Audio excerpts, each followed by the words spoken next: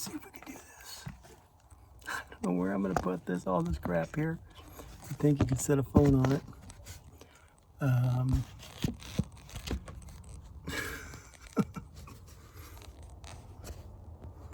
Well,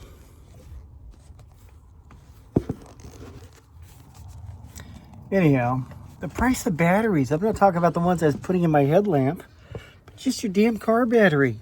Jeez, 150 bucks for a cheap battery. Insane. This car would start this morning because they had our first cold spell, and battery's dead. 2-year-old battery.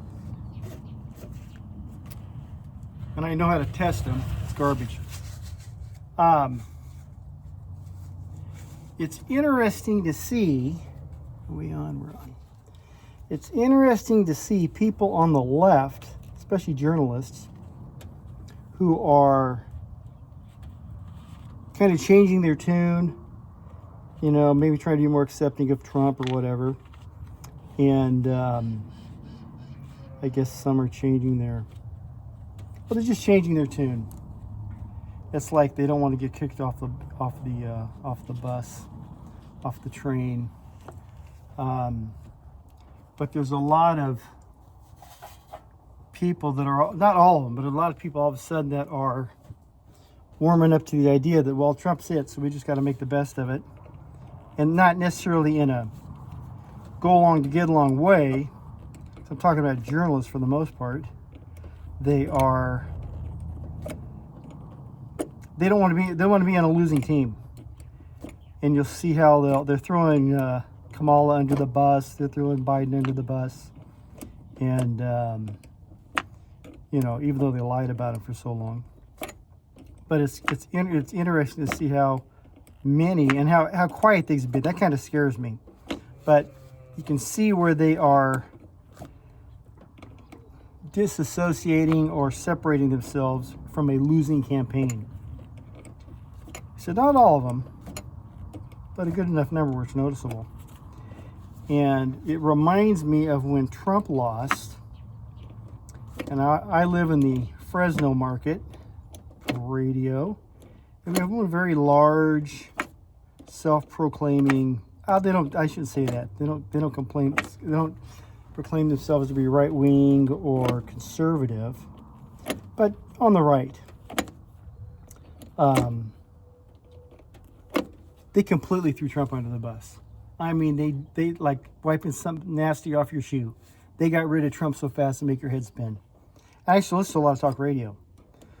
And that just blew me away how these guys were so on board. And then immediately they went with, no, there's nothing wrong with this election. He lost this, and he pushed it too far. He did this or that. And then when January 6th came around, they completely cooked him. This is a right-wing radio. Don't strip it. And so then all of a sudden what they were doing is, well, it's Biden, so let's go along to get along. And they basically bowed the knee and kissed his butt or whatever the people on that side was. You know, it's just embarrassing. It's like, wait a minute, how do you guys change gears so fast? And I mean, we had Republicans here. We had one guy who I think is still, I think he got reelected. I don't think he's had his election yet. Who he was one of the Republicans that signed off on the deal after January 6th. Just complete turncoats. And what it wasn't, they all said it was, well, morally I can't stand with him or whatever the case was. What it was is the popularity. It was no longer the popular position to be in. You could not, if you were found supporting Trump at that time, it wasn't going to go well for you. And so it was, because it's a popularity contest. And so for their own selfish reasons, they threw Trump under the bus, man. January 6th was his fault. The election was fine. Even the media said every night there was no wide-scale, how they said? No wide-scale voter fraud or something like that, because it was a small operation that did it. Oh, my gosh. But it's something how the Republicans here, the people on the radio, the people in that sphere, except for one radio guy didn't. He's been with Trump all the way. But just how quickly they threw Trump under the bus. I mean, these are Republicans, conservative people. And so I'm seeing it now, just seeing it on the other side. And it's just amazing how these people are just losers. It's just no backbone. That's why people are making fun of Marjorie Taylor Greene for so long.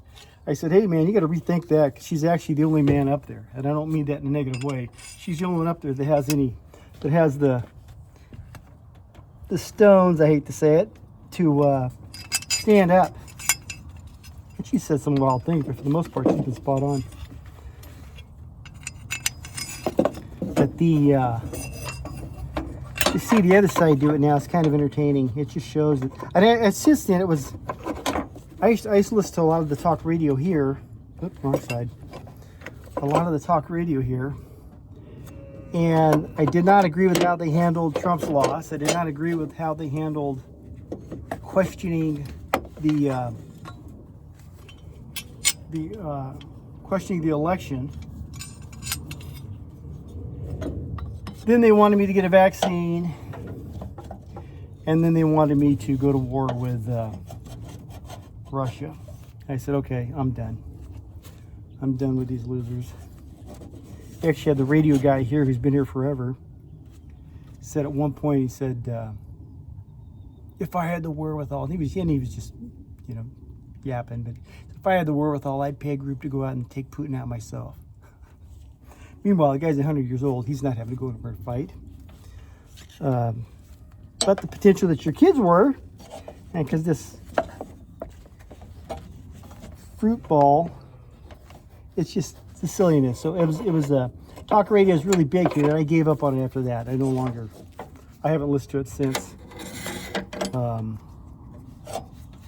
And that's actually been a good thing.